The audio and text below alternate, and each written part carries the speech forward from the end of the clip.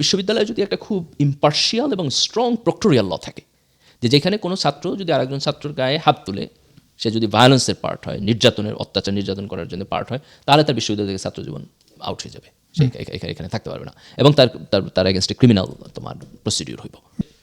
রাজনৈতিক দলগুলো অলওয়েজ চিন্তা করে যে যেহেতু সরকার বিরোধী আন্দোলন তোমার ইয়াংদের হাত দেওয়া হয়, ক্যাম্পাস দেওয়া হয়, বাংলাদেশে তো ছাত্র রাজনীতি একটা লম্বা সময় পাওয়ারফুল ভূমিকা রাখছে, তো সেই জায়গা থেকে তারা মনে করে যে ক্যাম্পাসে যদি তাদের নিজস্ব দলীয় আধিপত্য থাকে, তাইলে সরকার বিরোধী আন্দোলনকে সাপ্রেস করা, অপ্রেস করা, এটা তাদের জন্য সহজ হয়। হতে পারে যে এটা একটা signal to all the campus activist, যারা স্টুডেন্ট অ্যাক্টিভিস্ট আছে, যে ছাত্র দল এবং সরকারি দলের পক্ষ থেকে একটা সিগন্যাল, যেমন ওই ডাকসুর নির্বাচিত দুইটা সম্পাদককে যদি তারা মারতে পারে, তারা যে কোনো কিছু করতে পারে ক্যাম্পাসে, তাদের সেই লাইসেন্স তো মানে অ্যাপারেন্টলি এখন গভর্নমেন্ট দিয়ে দিচ্ছে। ইন ওয়ান সেন্স তো তুমি জেনারেশন আফটার জেনারেশন ছাত্ররা যদি রাস্তায় কাটায় এবং আন্দোলনের মধ্যে থাকে, তারা পড়াশোনা করবে কখন, ক্যারিয়ার কখন হবে, সে গ্লোবাল মার্কেটে যায় কম্পিট করবে কখন? তো তোমার এটা তো কোনো মডেল হতে পারে না, তাই না? যে ছাত্রদের অলওয়েজ ফোকাস থাকবে তোমার মানে আন্দোলন সংগ্রাম, রাষ্ট্রের মডিফিকেশন, তাহলে তার ক্যারিয়ার ডেভেলপমেন্ট কখন হবে?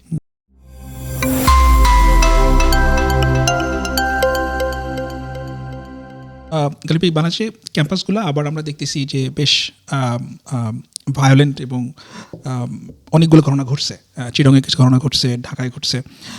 তো ক্যাম্পাসগুলা তো এই সময়টাতে যখন একটা নতুন গভর্নমেন্ট চলে আসলো এবং আমরা একটা ডেমোক্রেটিক ট্রানজিশনে যাইতেছি, এবং ন্যাশনাল পলিটিক্সে মোরলেস একটা পিসফুল সিচুয়েশন এখন আছে, কোনো হইচই মারামারি এগুলো তো নাই ন্যাশনাল বড় দুইটা পার্টির মধ্যে, সরকারি দল বিরোধী দল। তাহলে আপনার কি মনে হয় যে ক্যাম্পাসগুলো ঠিক কোন কারণে এখন ভায়োলেন্ট হয়ে উঠতেছে বলে আপনার?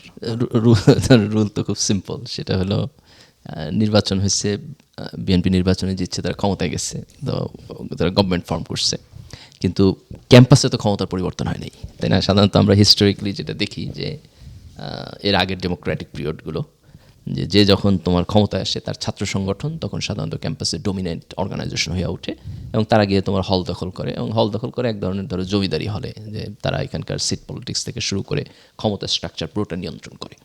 তো এখন এই জুলাইয়ের পরে যে পরিবর্তনটা হইলো, তো এইখানে ক্যাম্পাসগুলোর যে স্ট্রাকচার, এটার মধ্যে একটা বড় পরিবর্তন আসছে, তাই না? তুমি ধরো যে ছাত্র সংসদ নির্বাচন হইলো এবং নির্বাচনের সব জায়গায় তোমার ছাত্র দলের প্যানেল হাসছে।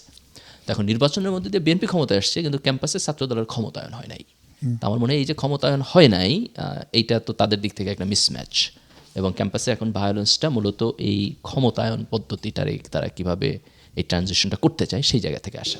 আর একটা ফ্রাস্ট্রেশনের কারণ আমার কাছে মনে হয় সেটা হলো যে তুমি যদি আজ পলিটিক্যাল পার্টি বিএনপির দিকে দেখো, তাহলে বিএনপি তার পলিটিশিয়ানদের এম্পাওয়ারমেন্ট করতেছে, যেমন তুমি ধরো অনেকগুলো সিটি কর্পোরেশনে তারা প্রশাসক নিয়োগ দিছে, জেলা পরিষদে নিয়োগ দিছে, তাদের পলিটিশিয়ানদেরকে দিচ্ছে। কিছু কিছু জায়গায় তারা এম্পাওয়ারমেন্ট করতেছে তোমার তাদের হাই প্রোফাইল নেতাদের ছেলেদেরকে, আত্মীয় স্বজনকে, যেমন ধরো বাংলাদেশ ক্রিকেট বোর্ডে যারা নিয়োগ দিচ্ছে তারা তো মোরাললেস ফ্যামিলি কোঠায় সবাইকে নিয়োগ দিচ্ছে। তো এইখানে ছাত্র দলের কোঠায় এখন পর্যন্ত কিন্তু একটা নিয়োগ আসছে বোধহয়, শুধুমাত্র তোমার সংরক্ষিত মহিলা আসনে তোমার ছাত্র দলের একজনকে তারা দিচ্ছে। তো এর বাইরে তুমি যদি দেখো তাহলে ছাত্র দলের এই পলিটিক্যাল এম্পাওয়ারমেন্টটা হইতেছে না। তো এই যে পলিটিক্যাল এম্পাওয়ারমেন্টটা হইতেছে না, আবার ক্যাম্পাসেও তাদের হাতে ক্ষমতা নাই, বিএনপিও তাদেরকে খুব বেশি পাত্তা দিতেছে না, তোমার মানে তারেক জিয়ার গাড়ির পিছনে দৌড়াদৌড়ি করা বাদে ছাত্রদলকে সে খুব বেশি স্পেস দিতেছে না। তো এই দুইটা কারণে যে ফ্রাস্ট্রেশনটা তৈরি হইতেছে, আমার কাছে মনে হচ্ছে যে ভায়োলেন্স হচ্ছে সেই ফ্রাস্ট্রেশনের একটা বহিঃপ্রকাশ, এবং এটার মধ্যে দিয়ে তারা ক্যাম্পাসে ক্ষমতায়নের একটা রাস্তা খুঁজতেছে। আচ্ছা, তাহলে না আপনি খুবই স্ট্রং কিছু আর্গুমেন্ট দিচ্ছেন যে ছাত্রদলকে এখনও বিএনপি ওইভাবে কোথাও মানে ক্ষমতায়ন করে নাই, কোনো বেনিফিট দেওয়া, পলিটিক্যাল এম্পাওয়ারমেন্ট যেটা আমরা দেখি যে হ্যাঁ, এটা এখন পর্যন্ত তুমি মানে কোথাও দেখবা না আর কি, যেটা ম্যাসিভলি হয়েছে। তো এরাও তো লম্বা সময় ধরো আন্দোলন সংগ্রাম করছে, রাস্তায় রয়েছে। ধরো ছাত্রদল একজন নেতা যার বয়স যদি এখন ধরো 35 বছর হয়, সে তার ছাত্র জীবন শেষ হওয়ার কথা 25-এ, 10 বছর যাবত সে রাজনীতি করতেছে।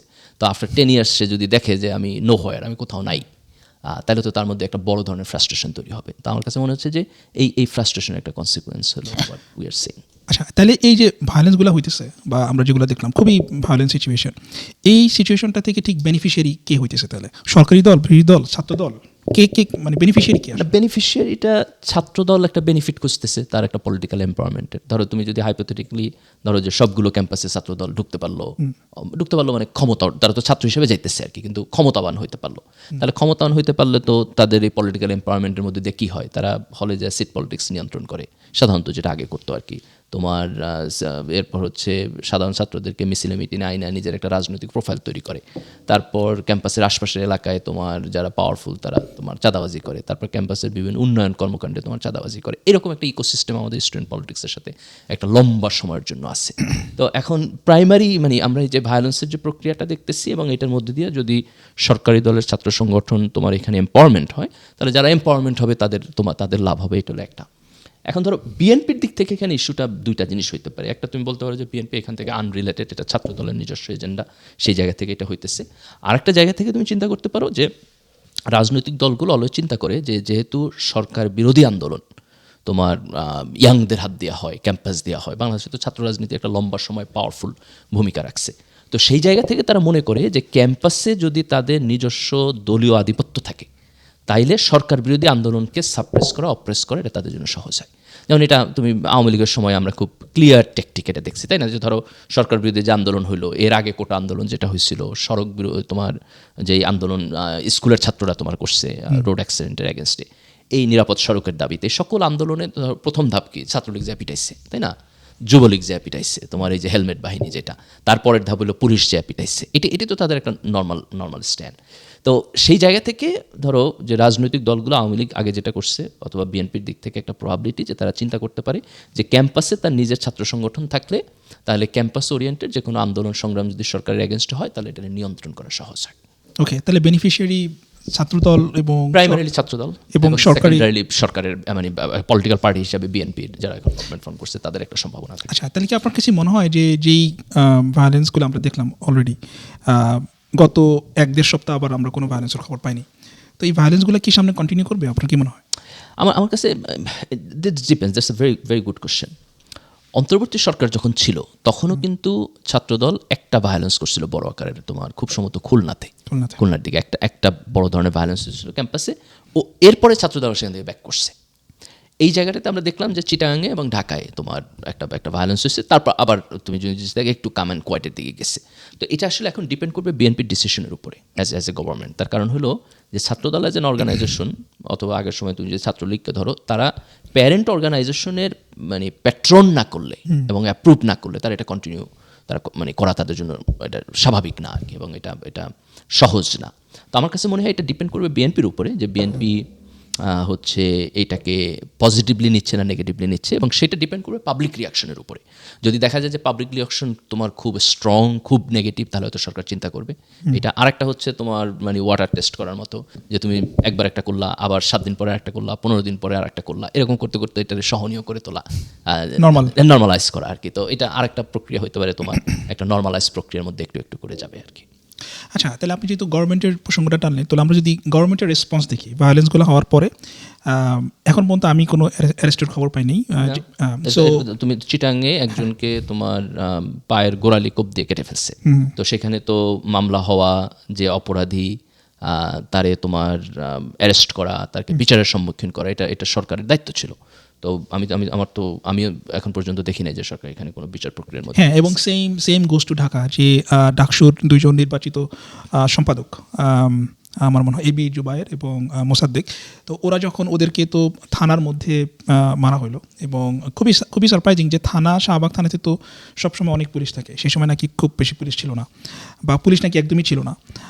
তারপরে ওসির রুমের মধ্যে ওদেরকে মারা হয়েছে, থানার মধ্যে, থানার প্রেমাইজ এবং ওসির রুমের মধ্যে ওদেরকে মারা হয়েছে।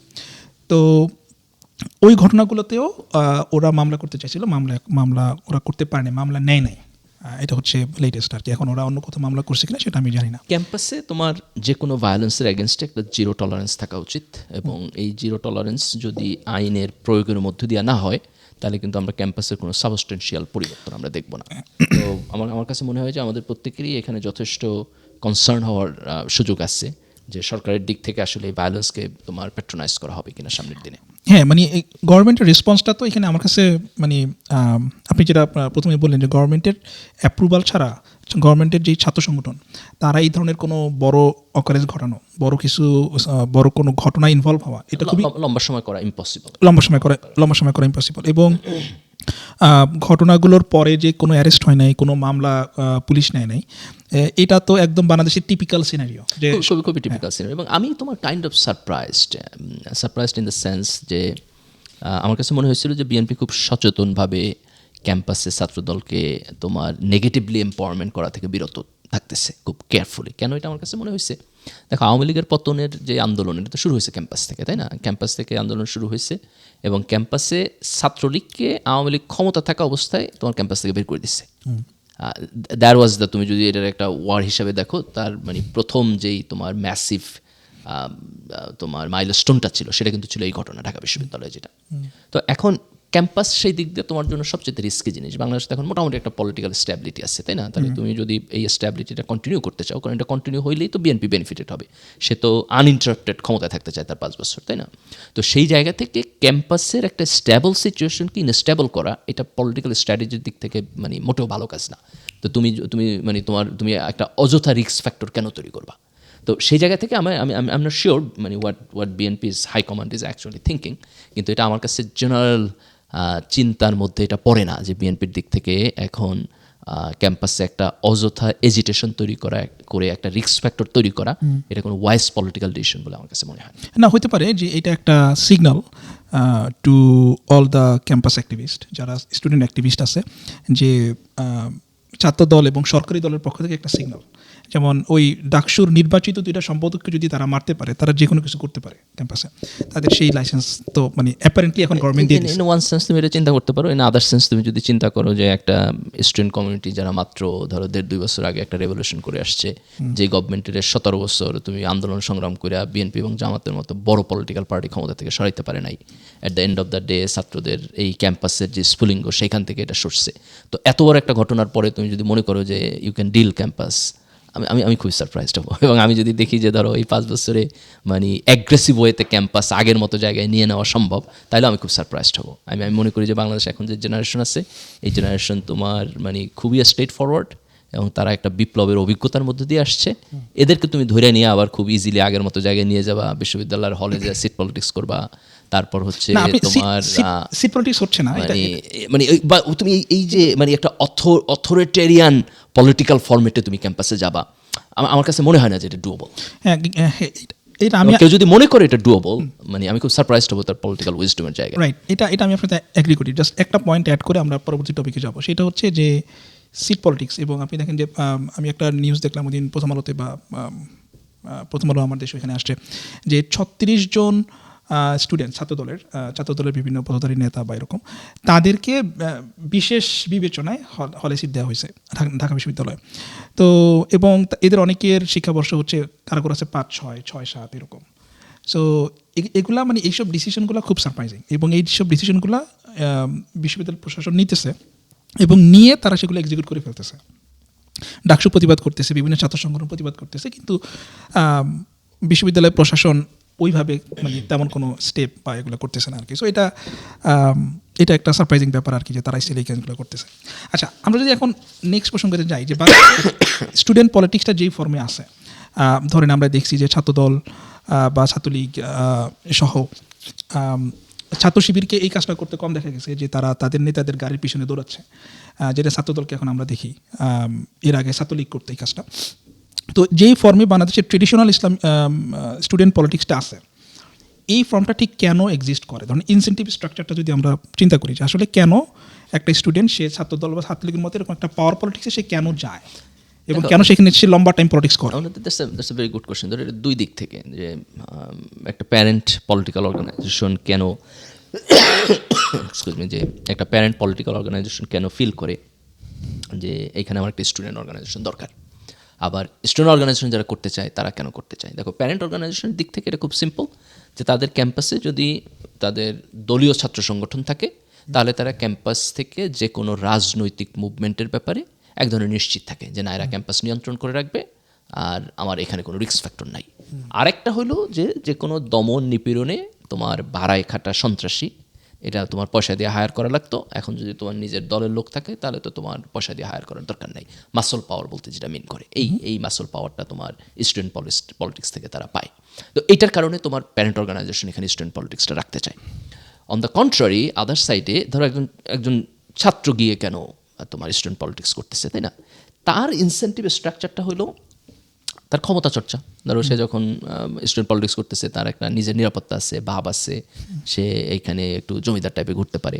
হলের সিট পাওয়া, যেহেতু হলের সিট পলিটিক্স হচ্ছে তোমার প্রশাসন ফেয়ারলি নিয়ন্ত্রণ করে না বা ম্যানেজমেন্ট করে না, তার ফলে যেটা দেখা যায় যে কেউ যদি যাইয়া তোমার কিছুদিন রাজনীতি করে অথবা কোনো একজন পলিটিক্যাল লিডারের পিছন পিছন ঘুরে, তাহলে তার পক্ষে তোমার হলে সিট পাওয়াটা সহজ হয়। চাকরি পাওয়া, আমি ধরো আমার বিশ্ববিদ্যালয় ক্যাম্পাসে আমি অনেক সময় দেখছি, ধরো অনার্স শেষ করার পরে যখন মাস্টার্সে পড়ে তখন যা পলিটিক্স করা শুরু করে অনেকে, খুব ক্যালকুলেটিভ ডিসিশন। তার কারণ হলো তারপরে সে তোমার যা বিসিএস দিবে, বিভিন্ন পরীক্ষা টরীক্ষা দিবে, তো সেখানে যদি আনডিউ সুবিধা পায়, এইটার কারণে তারা রাজনীতি করতে চায়। তারপর অনেক সময় যারা এইখানে তোমার স্টুডেন্ট পলিটিক্স করে তাদের একটা অংশ চাঁদাবাজিতে জড়ায়। তোমার বিশ্ববিদ্যালয়ের যে সমস্ত উন্নয়ন প্রকল্প থাকে এখানে গিয়ে চাঁদাবাজি করে। তারপর হচ্ছে তোমার আশপাশের এরিয়াতে চাঁদাবাজি করে। তোমার মনে থাকার কথা, আমাদের সময় বোধ হয় যে বুয়েটে তোমার ছাত্র দলের 2 গ্রুপের গোলাগুলিতে একটা মেয়ে মারা গেছিল, সনি মারা গেছিল, এবং ওইখানে ছাত্র দলের যে 2 গ্রুপ গোলাগুলি করছে তাদের কিন্তু গোলাগুলি ছিল টেন্ডার নিয়ে, একটা টেন্ডার, সেই টেন্ডার কোন গ্রুপ পাবে। তার মানে হচ্ছে তোমার এই যে টেন্ডারবাজি এবং এর সাথে তোমার আশপাশের এলাকার চাঁদাবাজির একটা ইকোসিস্টেম থাকে অনেক সময়। এই টাকা পয়সার ভাগযোগ এটার মধ্য দিয়ে তাদের যেই প্রাপ্তি, এইটার কারণে তোমার হচ্ছে তারা স্টুডেন্ট পলিটিক্সে যায়। তাহলে আপনি এই ইনসেন্টিভ স্ট্রাকচার, যেটা বেসিক্যালি বাংলাদেশ ইসলামপন্থী যারা আছে, ছাত্র শিবির এবং বামপন্থী যেই ছাত্র সংগঠনগুলো, ওদেরকে এই টাইপের কাজে মোরলেস আমরা জড়াইতে দেখি না, কিন্তু ক্ষমতা মানে বিএনপি বা আওয়ামী লীগ তো এখন নাই, ছাত্রলীগ আমরা দেখছি। তো এই স্ট্রাকচার আপনি শিবিরকে এটার সাথে তুলনা করো, তাহলে তোমার টেন্ডারবাজি, চাঁদাবাজি, তোমার এই প্রক্রিয়ার সাথে ছাত্র শিবির কখনো হস্তক্ষেপ করে নাই, কিন্তু সিট পলিটিক্স হস্তক্ষেপ করছে বিভিন্ন জায়গায়। তুমি যদি বিভিন্ন বিশ্ববিদ্যালয়ে ছাত্র শিবিরের রাজনীতির জায়গাটা দেখো, তাহলে ক্ষমতা চর্চা, সিট পলিটিক্স নিয়ন্ত্রণ করা, এই জায়গাটাতে তাদের পাওয়ার প্র্যাকটিসের ইস্যু ছিল। হ্যাঁ, এটা কি আপনি রিসেন্ট টাইমের কথা বলতেছেন না? আমি হিস্টোরিক্যাল আমাদের সময়, তার পরের সময়টা যদি আমরা বলি, তাহলে অনেকগুলো ক্যাম্পাসে এটা মোরাললেস ছিল। রিসেন্ট টাইমে তো তোমার ছাত্রলীগ বাদে কেউ ছিল না, তো ওইখানে তুমি আর কাউরে পাবা না। ওকে, আচ্ছা, তাহলে আমরা যদি এখন স্পেসিফিক স্টুডেন্ট পলিটিক্সটাকে মোরলেস একটা স্টুডেন্ট ফ্রেন্ডলি এবং যেটা ন্যাশনাল পলিটিক্সের সাথে কমপ্লিমেন্টারি, এরকম একটা জায়গায় যদি স্টুডেন্ট পলিটিক্সটাকে আমরা ধরেন 5-10 ইয়ার্স দেখতে চাই, তাহলে স্পেসিফিক পলিসি প্রপোজালসগুলো আসলে কী হবে? আমরা কোথায় শুরু করব? একটা পয়েন্ট তো শুরু করতে হবে যে ছাত্র রাজনীতি আমরা নিষিদ্ধ করে দিতে পারি। ছাত্র রাজনীতি এসেনশিয়াল কিনা, এটা তো আনসার না, এটা এসেনশিয়াল না, এত এসেনশিয়ালের কিছু নাই। একটা পয়েন্ট থাকে, সেটা হলো ছাত্ররা যেহেতু আমাদের এখনও বিভিন্ন ন্যাশনাল ইস্যুতে খুব স্ট্রং ভূমিকা রাখে, তাহলে ছাত্র রাজনীতি আমরা পুরোপুরি যদি বন্ধ করে দিই, তাহলে এখানে লিডারশিপ ডেভেলপমেন্টের ক্ষেত্রে কোনো ঘাটতি হবে কিনা, এই প্রশ্ন অনেকে তুলতে চায়। কিন্তু ছাত্র রাজনীতি যতক্ষণ নুইসেন্স তৈরি করে, তার এগেনস্টে তুমি যেটুকু সুবিধা পাবা, এই দুটো তো ট্রেড অফ হয় না। তো সেই জায়গা থেকে ছাত্র রাজনীতি বন্ধ করে দিতে পারো, দ্যাটস ওয়ান ফরম্যাট। কিন্তু এখানে আবার আরেকটা কোশ্চেন থাকবে যে তুমি বন্ধ করলে আসলে কীভাবে কার রাজনীতি বন্ধ করবা? ধরো তুমি কি ক্যাম্পাসে সকল মিছিল মিটিং বন্ধ করবা? সাধারণ ছাত্র কোনো একটা ন্যাশনাল ইস্যুতে কি মিছিল মিটিং করতে পারবে না?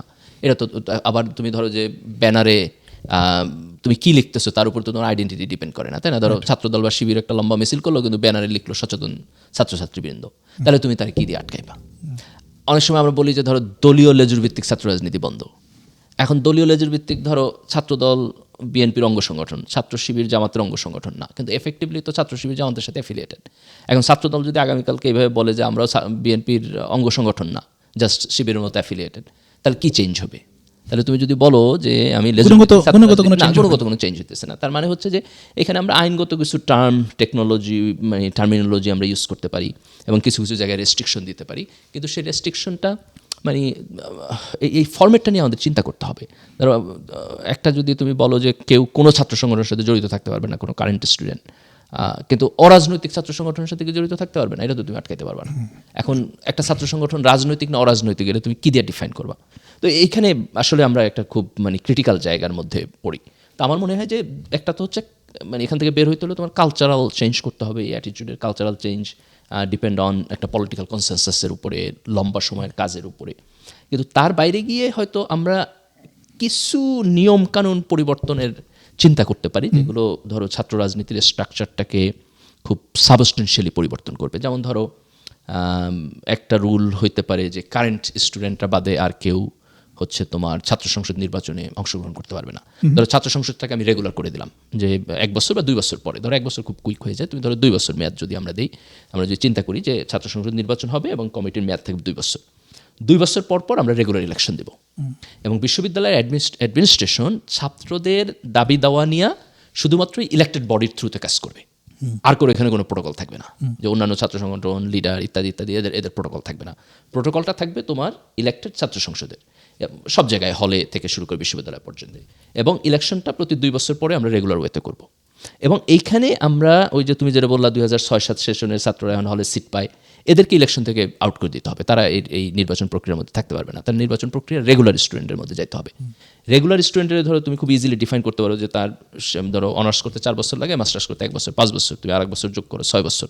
তার মানে সে বিশ্ববিদ্যালয়ে যখন ভর্তি হইতেছে ওই ভর্তি থেকে জাস্ট 6 বছরের সেশনের মধ্যে থাকতে হবে। তার মানে ধরো এখন 2026, তুমি যদি এখন ইলেকশন করো 2020 সেশনের যে ভর্তি হয়েছে সে হলো অ্যাট বেস্ট তোমার ইলেকশন করতে পারবে, তার আগে যে ভর্তি হয়েছে সেই নির্বাচন প্রক্রিয়ার মধ্যে থাকবে না। তাহলে যদি মোটামুটি একটা রেগুলার স্টুডেন্টদের কাঠামোর মধ্যে আমরা আনতে পারি এবং একটা রেগুলার নির্বাচনী কাঠামোর মধ্যে আমরা আনতে পারি, যে ছাত্র সংসদ নির্বাচনটা অলওয়েজ ডিউ টাইমে হবে, জাস্ট এজ রেগুলার ঘটনা, এবং সাধারণ ছাত্ররা এখানে আসবে, তাহলে আমার মনে হয় যে এইটা তোমার যে পলিটিক্যাল স্ট্রাকচার যেটা আছে এটার উপরে খুব বড় ধরনের একটা ইম্প্যাক্ট ফেলবে। সেকেন্ড হলো যে ছাত্র সংসদ তোমার বিভিন্ন ছাত্র সংগঠনের যে রিক্রুটমেন্ট হয়, এই রিক্রুটমেন্টটা হলের সিট পলিটিক্সের থ্রুতে হয়। যে আমাদের সময় আমরা দেখছি যে ধরো হল থেকে সাধারণ ছাত্রদেরকে জোর করে মিছিল মিটিংয়ে নিয়ে যেত, তার কারণ হলো তারা ওইখানে ফার্স্ট ইয়ার সেকেন্ড ইয়ারে যখন আসে তখন পলিটিক্যাল লিডারদের থ্রু ছাড়া তারা হলে উঠতে পারতো না। এখন তুমি যদি সিটের ম্যানেজমেন্টটা কমপ্লিটলি ধরো একটা এস্টাবলিশড প্রসেসের মধ্যে দিয়ে নিয়ে নাও, যে ছাত্ররা আসলো, আবাসিক ছাত্ররা অ্যাপ্লাই করলো এবং তুমি তাদেরকে কোন বেসিসে সিট দিতেছো, যে মেধার বেসিসে, তার ঢাকা শহরে আসছে কিনা, সে আবাসিক অনাবাসিক, ইনকাম বা হোয়াট এভার প্যারামিটার তুমি নাও, কিন্তু এটা যেন একেবারে স্বচ্ছ প্রক্রিয়ার মাধ্যমে হয়, যে তুমি তারা ফর্মালি অ্যাপ্লিকেশন করলো, অ্যাপ্লিকেশন একেবারে ক্রাইটেরিয়া ধইরা তার স্কোর ধইরা তুমি ইনফরমেশনটা ওপেনলি জানাই দিলা ওয়েবসাইটে, এভরিবডি দেখলো যে আমারটা কেন হয় নাই, অমুকেরটা কেন হয়েছে, কোন জায়গায় আমি পিছিয়ে আসছি, যে ম্যাট্রিক্সগুলো যেন তোমার একেবারে ক্লিয়ারলি ম্যানিফেস্টেড থাকে। তো এই প্রক্রিয়ার মধ্য দিয়ে যদি হলের সিট পলিটিক্স মানে তোমার সিট বন্টনে এবং ম্যানেজমেন্টে একটা স্বচ্ছতা থাকে, আর হচ্ছে আমরা যদি রেগুলার স্টুডেন্টদের কাছ থেকে নিয়ে আসতে পারি, তাহলে আমি মনে করি যে তোমার একটা সিস্টেমের চেঞ্জ হবে। ইন অ্যাডিশন টু দ্যাট আর একটা হচ্ছে বিশ্ববিদ্যালয়ের প্রক্টোরিয়াল যে ল এবং প্রক্টোরিয়াল যে টিম, তাদের এফিসিয়েন্সি বাড়ানো এবং তাদের সেট আপ বাড়ানো। ধরো ক্ষমতা চর্চার একটা প্রক্রিয়া হলো যে তুমি ক্যাম্পাসে ভায়োলেন্স করতে পারো, যে তুমি একজন ছাত্ররে ধরে নিয়ে একটা থাপ্পড় দিতে পারো, তারে ভয় দেখাইতে পারো যে তোমার কিন্তু হল থেকে আমি ব্যাক করে দেবো, অথবা তুমি ক্লাস করতে আসলে আমি তোমারে ফিজিক্যালি হ্যারাস করবো। তো এই যে মানে ভায়োলেন্স যেটা, এই ভায়োলেন্সটার ব্যাপারে বিশ্ববিদ্যালয়ের একটা খুব টাফ প্রক্টোরিয়াল ল লাগবে। এখন কিন্তু একটা সুবিধা আছে, সেটা হলো যে ঘটনা ঘটে সেই ঘটনার তো ভিডিও এভিডেন্স আছে, তাই না? তুমি শুধু অন্যরা যে দেখতেছে সে এভিডেন্স না, তুমি একেবারে সরাসরি এখন যে কেউ এটা ভিডিও করে ফেলতে পারতেছে, এবং তুমি এই যে যেই ঘটনা শাহবাগ থানায় ঘটলো তা তো ভিডিও এভিডেন্স আছে, এভরিবডি ক্যান সি যে কে কি করতে, হ্যাঁ কে কি করছে একদম, তাই না? এটার অ্যাম্বিগুয়াস থাকতেছে, কোনো অ্যাম্বিগুইটি নেই। তো এখন বিশ্ববিদ্যালয়ে যদি একটা খুব ইম্পার্শিয়াল এবং স্ট্রং প্রক্টোরিয়াল ল থাকে, যে যেখানে কোনো ছাত্র যদি আরেকজন ছাত্রর গায়ে হাত তুলে, সে যদি ভায়োলেন্সের পার্ট হয়, নির্যাতনের অত্যাচার নির্যাতন করার জন্য পার্ট হয়, তাহলে তার বিশ্ববিদ্যালয় থেকে ছাত্র জীবন আউট হয়ে যাবে, সে এখানে থাকতে পারবে না, এবং তার এগেনস্টে ক্রিমিনাল তোমার প্রসিডিউর হইব। তাহলে আমরা এই জায়গায় যদি একটা স্ট্রং প্রক্টোরিয়াল লয়ে যাইতে পারি এবং তার ইমপ্লিমেন্টেশন যদি আমি করতে পারি, তাহলে আমার কাছে মনে হয় যে এই পুরো পদ্ধতিটা হয়তো কিছুটা সহনশীল জায়গায় একটা আসবে। আর কিছু কিছু জিনিস আছে তোমার গ্রেটার পলিটিক্সের সাথে রিলেটেড, যেমন ধরো বাংলাদেশে চাকরি বাকরি নিয়োগ যদি ফেয়ার হয়, তাহলে মানুষ পলিটিক্যাল পার্টির পিছনে ঘুরবে কম, এটার জন্য অনেকখানি সময় লাগবে। বিশ্ববিদ্যালয়ের আয় ব্যয় একটা ইস্যু হতে পারে, যে এই যে টেন্ডারবাজি যেগুলো হয়, যে এগুলো কমানোর জন্য ধরো বিশ্ববিদ্যালয়ের টেন্ডার প্রসেস যেন ই টেন্ডার প্রসেস হয় এবং ওপেন ইনফরমেশন যেন হয়, আমরা যেন জানি যে বিশ্ববিদ্যালয় কয় টাকা পাইতেছে, কোন জায়গায় খরচ হইতেছে, কোন একটা উন্নয়ন প্রকল্প হইলে সেখানে তোমার কিভাবে কোন ঠিকাদারের এই কাজ দিল, কেমনে দিল, এই জিনিসগুলো ইনফরমেশন যেন আমরা মানে খুব ওপেনলি আমাদের কাছে অ্যাক্সেসিবল থাকে, তাইলে হয়তো তুমি ধরো যে ওভারঅল সিস্টেমটা একটা জায়গায় গিয়ে দাঁড়াবে।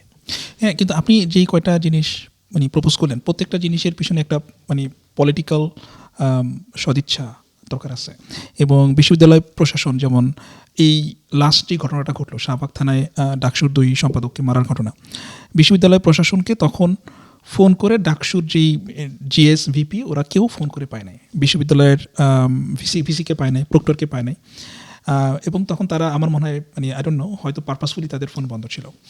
তো এবং শাহবাগ থানার ওসিকেও ফোনে পাওয়া যায় না ওই সময়টাতে। তাহলে এখন যখন বিশ্ববিদ্যালয় প্রশাসন সরকার, পুলিশ প্রশাসন সবাই মিলে অসহযোগিতা করে, তখন এই প্রপোজালগুলো বাস্তবায়নটি কীভাবে হবে?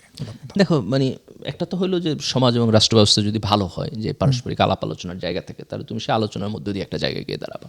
আর এটা যদি না হয় তাহলে তো এটাকে তোমাকে একটা পলিটিক্যাল প্রসেসের মধ্যে দিয়ে তোমার নিতে হবে। যেমন তুমি ধরো সরকারি দল বিরোধী দলের মধ্যে একটা আলোচনা হতে পারে, বিরোধী দল এই ইস্যুটাকে একটা ইম্পর্টেন্স দিয়ে সরকারি দলের সাথে আলাপ আলোচনার জায়গায় একটা সংসদীয় কমিটি হতে পারে, যে বাংলাদেশের ছাত্র রাজনীতির তুমি কীভাবে করতে চাও। সংসদে তো বিশ্ববিদ্যালয়ের ছাত্র ছিল, স্টুডেন্ট পলিটিক্সের সাথে রিলেটেড, এরকম অনেক লোক আছে। বিএনপির অনেকে ছিল যারা ছাত্র রাজনীতির সাথে রিলেটেড ছিল। দে নোজ যে কোন জায়গায় কী আকাম কীভাবে হয়। এখন তারা বন্ধ করতে চাইলেই পারে আর কি। তো এখানে তুমি একটা মানে বাই পার্টিজান একটা চিন্তা আসতে পারে, যে তারা সামগ্রিকভাবে জিনিসটা দেখতে পারে। আরেকটা হলো আমার কাছে মনে হয় যে দেখো শেষ পর্যন্ত রাজনৈতিক অধিকার তো কেউ কাউরে দেয় না। তো student community should think about it, যে তার একটা সাবস্টেন্সিয়াল পরিবর্তনের মধ্য দিয়া ক্যাম্পাসটাকে একটা স্টেবল জায়গায় নেওয়া, এটার জন্য ছাত্রদের একটা স্পেসিফিক মানে তাদের দাবি, তাদের অ্যাক্টিভিজম এটা থাকতে হবে। কারণ তুমি যদি কালেকটিভলি তোমার ইন্টারেস্ট সার্ভ না করো, তাহলে তো তোমার নিয়ে আরেকজন খেলবেই, তাই না? তোমার নিয়ে আরেকজন তোমার অ্যাবিউজ করার চেষ্টা করবে।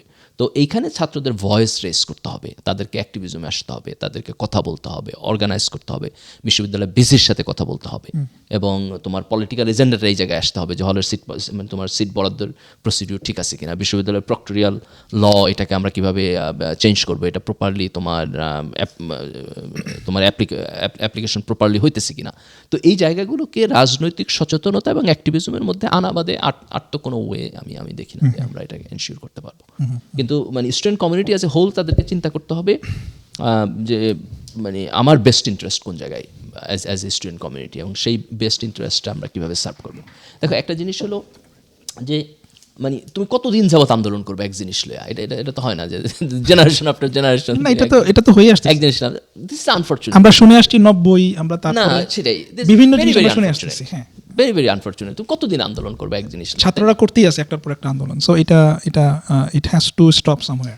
ডেফিনেটলি তুমি কিভাবে স্টপ করবে? যদি তুমি সিস্টেমের একটা সাবস্টেন্সিয়াল পরিবর্তন চাও, একসাথে যদি একটা সাবস্টেন্সিয়াল পরিবর্তন তুমি করে ফেলতে পারো, তাইলে তুমি এই আন্দোলন সংগ্রাম বাদ দিয়ে পরের টেবিলে যাইতে পারো আর কি। নাহলে তো তোমার একটার পর একটা আন্দোলন খালি করতেই হবে। তো তুমি জেনারেশন আফটার জেনারেশন ছাত্ররা যদি রাস্তায় কাটায় এবং আন্দোলনের মধ্যে থাকে, তাহলে পড়াশোনা করবে কখন? ক্যারিয়ার কখন হবে? সে গ্লোবাল মার্কেটে যায় কম্পিট করবে কখন? তো তোমার এটা তো কোনো মডেল হইতে পারে না, তাই না? যে ছাত্রদের অলওয়েজ ফোকাস থাকবে তোমার মানে আন্দোলন সংগ্রাম, রাষ্ট্রের মডিফিকেশন, তাহলে তার ক্যারিয়ার ডেভেলপমেন্ট কখন হবে? ওকে, ঠিক আছে। আমার মনে হয় আমরা একটা সাবস্টেন্সিয়াল আলাপ করলাম, তো আমরা এই পর্বটা শেষ করি এখানে।